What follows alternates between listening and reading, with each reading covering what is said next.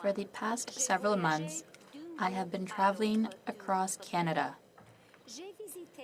to more than 24 cities and towns to meet with Canadian workers and Canadian businesses. I visited an auto parts manufacturer in Etobicoke, a potash mine outside Saskatoon, and the women and men in Sherbrooke who make the boots our armed forces wear around the world. I visited the port of St. John in New Brunswick and a family farm in Olds, Alberta, and in Dartmouth and in Brampton and in Calgary. I spent time with some of the truckers who keep our economy humming.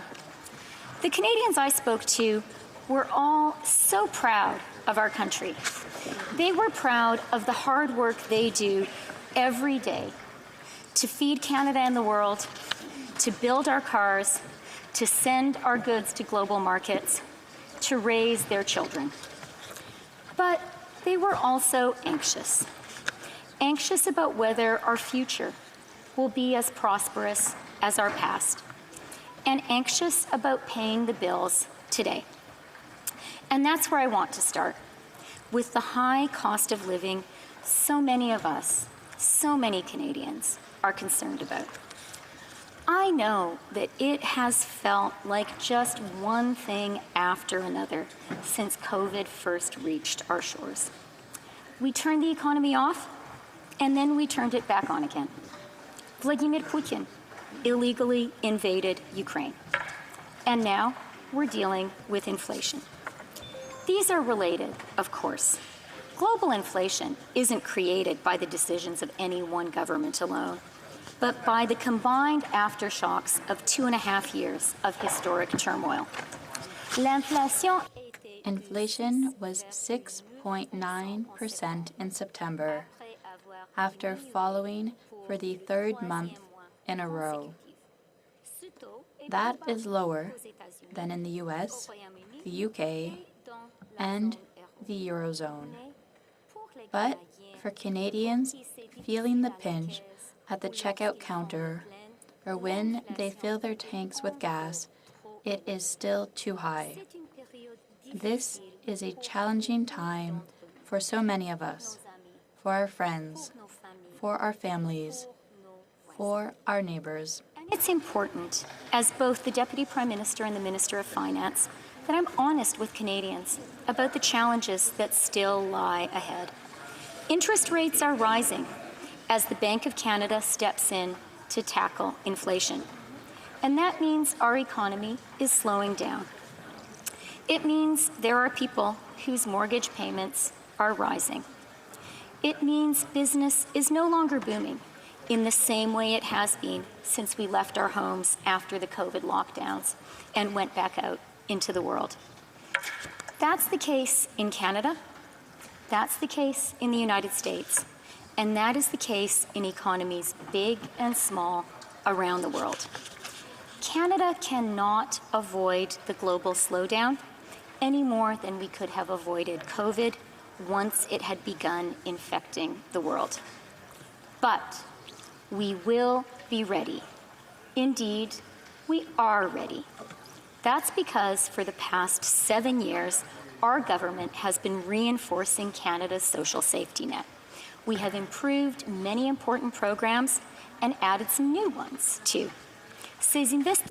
These investments in Canadians are like a well-built house with a solid roof, needed in all seasons and in all weather, but most essential when the temperature drops.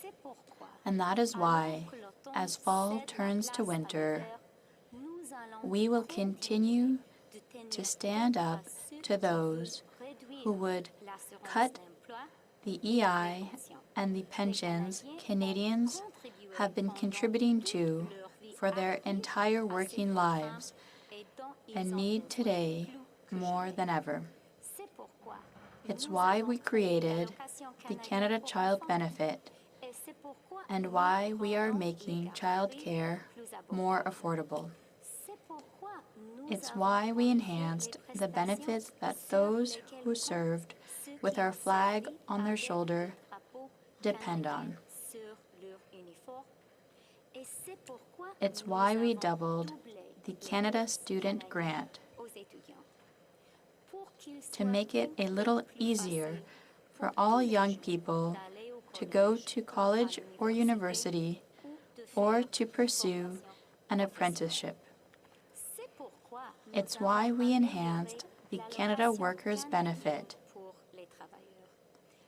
and why we increased both old age security and the guaranteed income supplement. That is why it is so important that the Canada Pension Plan and our most important benefits are all indexed to inflation. And in today's fall economic statement, that is why we're delivering on a plan that millions of Canadians voted for just over a year ago, and why we're delivering new measures to enhance the social safety net that is there to support all Canadians. We're working to deliver lower credit card fees so that small businesses don't need to choose.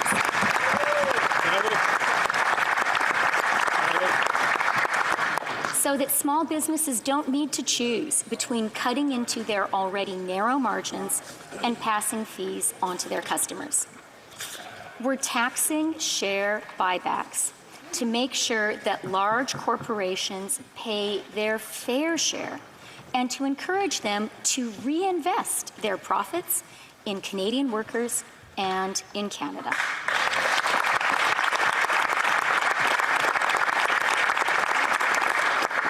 We're delivering a multi-generational home renovation tax credit, which will help families across Canada afford to have a grandparent or a family member with a disability move back in if they want to. We're tackling housing speculation and making sure that homes are for Canadians to live in, not a frequently flipped investment asset. We're delivering on our commitment to make home ownership more affordable for young people and new Canadians with a new tax-free first home savings account that will make it so much easier to save for a down payment. And we're delivering with a doubling of the first-time home buyer's tax credit to help cover the closing costs that come with buying that first home of your own.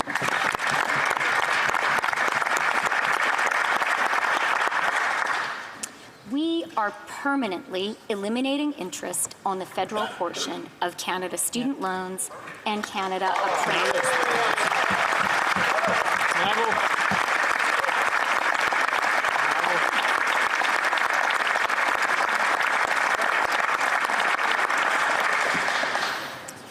We're working to make sure that families don't need to choose between taking their child to the dentist and putting food on the table. We're creating a new quarterly Canada Workers' Benefit to deliver advance payments and put more money sooner into the pockets of our lowest paid and often most essential workers. This means the Canada Workers' Benefit will now support 4.2 million Canadians.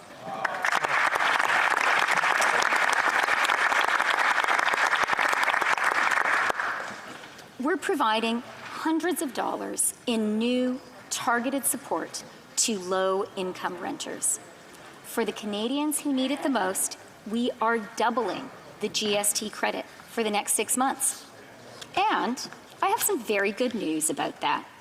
For the 11 million Canadian households who need help the most, those GST checks will start arriving in your bank account or in your mailbox tomorrow.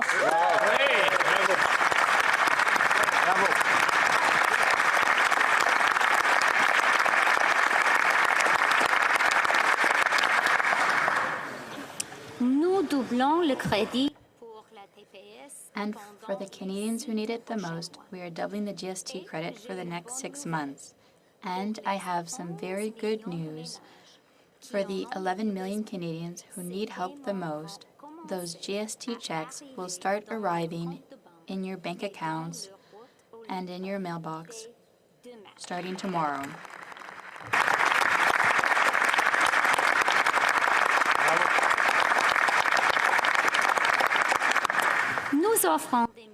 We are providing targeted inflation relief because that is the right thing to do. And as the Bank of Canada fights inflation, we will not make its job harder. We are compassionate and we are also responsible. Canada has the lowest deficit and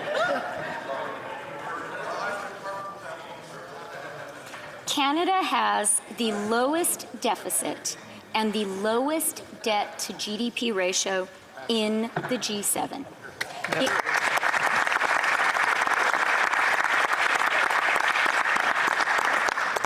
In our April budget, with inflation in Canada and around the world elevated and still rising, we knew we had to chart a fiscally responsible course, and we did. In April, we committed to bringing the deficit down to just 2% of GDP this year. Today, we forecast it will be just 1.3% of our $2.8 trillion economy.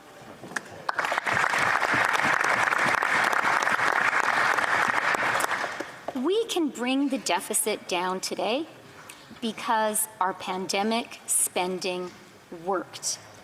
Thanks to the historic support we provided, and thanks to the incredible resilience of Canadians, Canada is entering this time of a slowing global economy from a position of fundamental economic strength.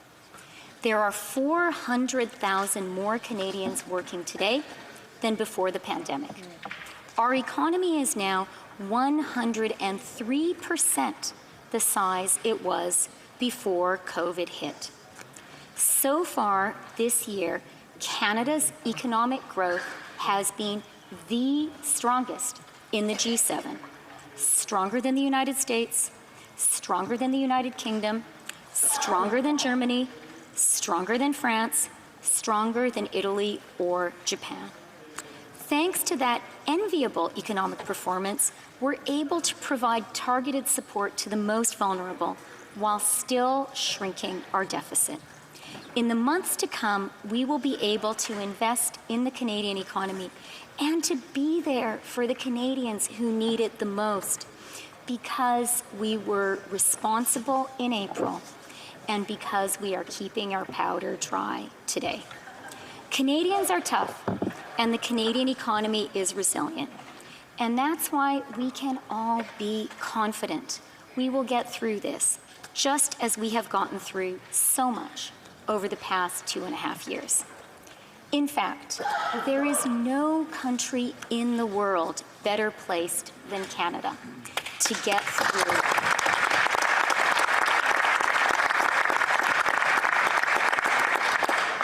There is no country better placed than Canada to get through the coming global slowdown. And when we do, with our fundamental economic strengths preserved and the pandemic recession behind us, there is no country in the world better placed than Canada to thrive in a post-COVID global economy. We grow food to feed the world, and we mine the potash that farmers here and elsewhere need to grow their own. We have the critical minerals and metals that are essential for everything, from cell phones to batteries to appliances to electric cars. We have the natural resources to power the global net zero transition and to support our allies with their energy security, as that transition continues to pick up speed. And critically, Canada is the democracy that has all of these resources in abundance.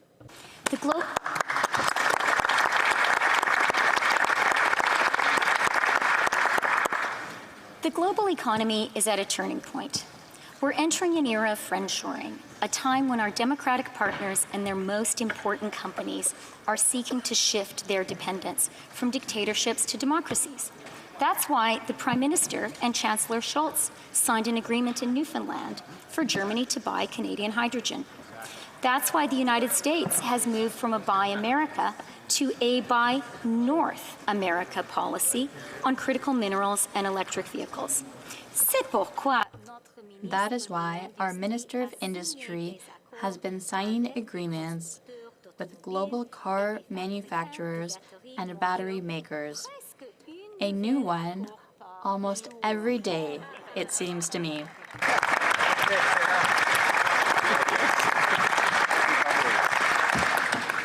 That is why our Minister of Natural Resources is pitching Canada's critical minerals to the world and working hard with provinces and territories to get them out of the ground and to global markets.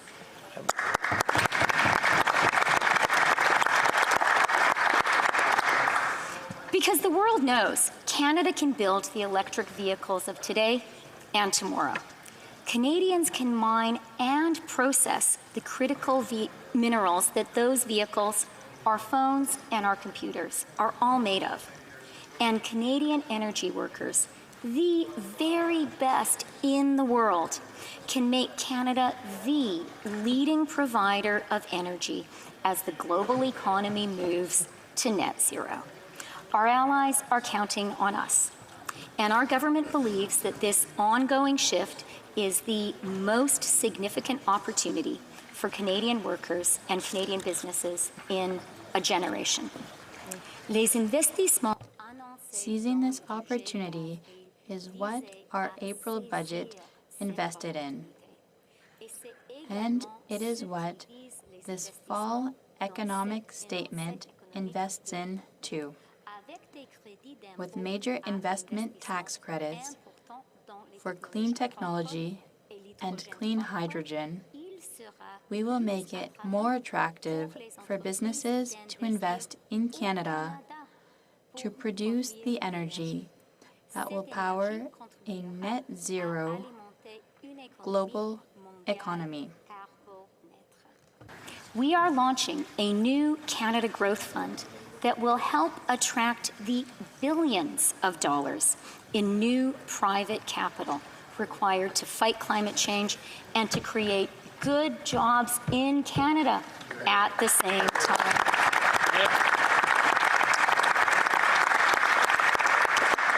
From critical minerals to ports to energy, we will continue to make it easier for businesses to invest in major projects in Canada.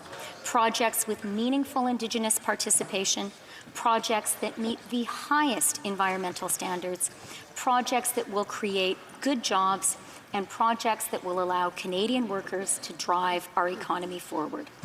We will continue to invest in tackling the productivity challenge that is Canada's economic Achilles heel. We will continue to invest in making sure that Canadians have the skills they need to get good-paying jobs, and we will continue to bring to Canada more of the skilled workers that our growing economy requires. But we know that these investments represent only a down payment on the work that lies ahead. And so, in the months to come, we will continue to work hard to ensure that Canada is the best place in the world for businesses to invest and create good-paying jobs from coast to coast to coast. Yep. Now, these investments, the ones we're making today and the ones we will continue to make, will be crucial to the future of the Canadian economy. They will help make Canada a leader in the industries of tomorrow.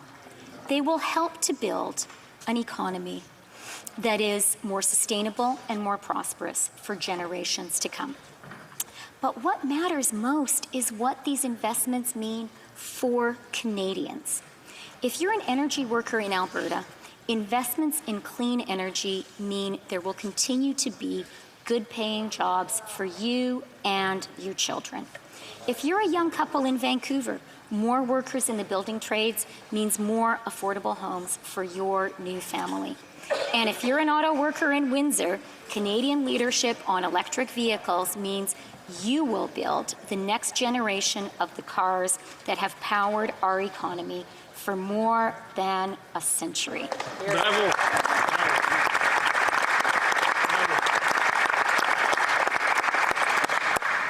Canadian workers know how important our social safety net is, and that is why our government will never deplete the contributions that keep Canada's employment insurance and pensions strong.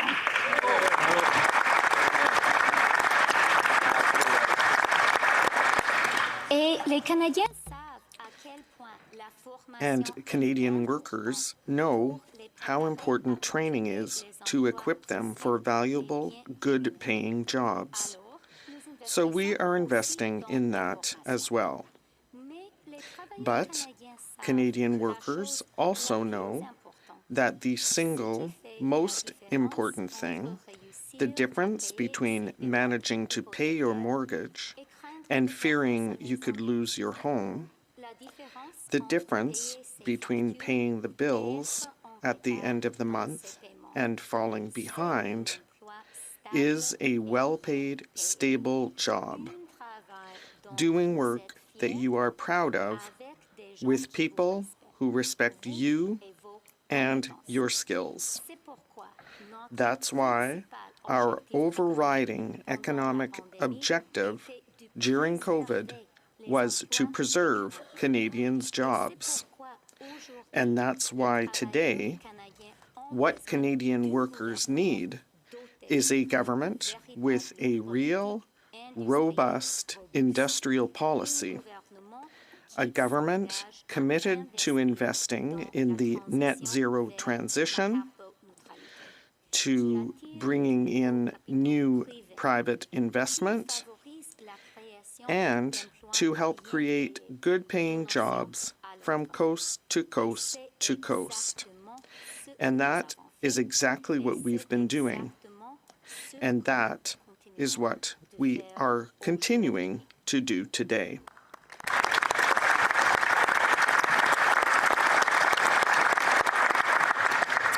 Now, Mr. Speaker, in 1903, Prime Minister Wilfrid Laurier stood in this House, and he said, "This is not a time for deliberation. This is a time for action. We cannot wait because time does not wait. We cannot wait because in these days of wonderful development, time lost is doubly lost. We cannot wait because at this moment there is a transformation going on in the conditions of our national life, which it would be folly to ignore and a crime to overlook." He was speaking then about the Transcontinental Railway, one that connected Canada and the Canadian economy from east to west, and which helped usher in a new era of prosperity for the people of our growing country. That project, like Laurier himself, was imperfect. The prosperity and opportunity it brought were not shared equally with Indigenous peoples, with women, with new Canadians. But his message then is one that we should heed today, that we must heed today. At the turn of the last century, Laurier and a generation of Canadian statesmen understood that Canada was at a turning point and that we could seize it or risk being swept aside by the manifest destiny of more ambitious leaders. Today, we are likewise at a pivotal moment. The global green transition calls for an industrial transformation comparable in scale only to the Industrial Revolution itself. And Canada is blessed with the talented people, the natural resources, and the manufacturing base needed to drive that transformation. At the same time, Putin's illegal invasion of Ukraine has upended geopolitics, reinforcing for our allies the value of turning to each other, to us, for the critical elements of their supply chains and for their energy security.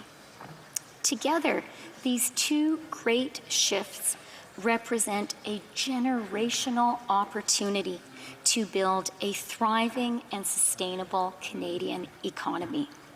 We can lead the world in a way that far exceeds our footprint as a country of just 39 million people. Nous pouvons mener la lutte contre les changements. We can lead the fight against climate change, and we can do it in a way that creates good jobs and new businesses for Canadians from coast to coast to coast. We can build affordable homes and deliver affordable childcare, helping our economy grow and making life more affordable for middle-class families. And we can ensure that everyone in this country can enjoy the prosperity we are investing in together. That is the future that we can create for ourselves and for our children. But we cannot wait, because time truly does not wait. We cannot wait because in these days of wonderful development, time lost is doubly lost. I know that times feel tough right now, and they are. But we have a well-built house with a solid roof, and we have survived far colder winters before. And just as fall turns to winter, so too does winter turn to spring. Warmer days ahead, and we will reach them together by building a country where everyone can earn a good living for a hard day's work, by building an economy that works for everyone, by investing in the Canada we are all so proud of today, so that we can be even prouder of our amazing country tomorrow. Because of all the countries in the world, the 21st century will surely belong to Canada. Bravo. Bravo.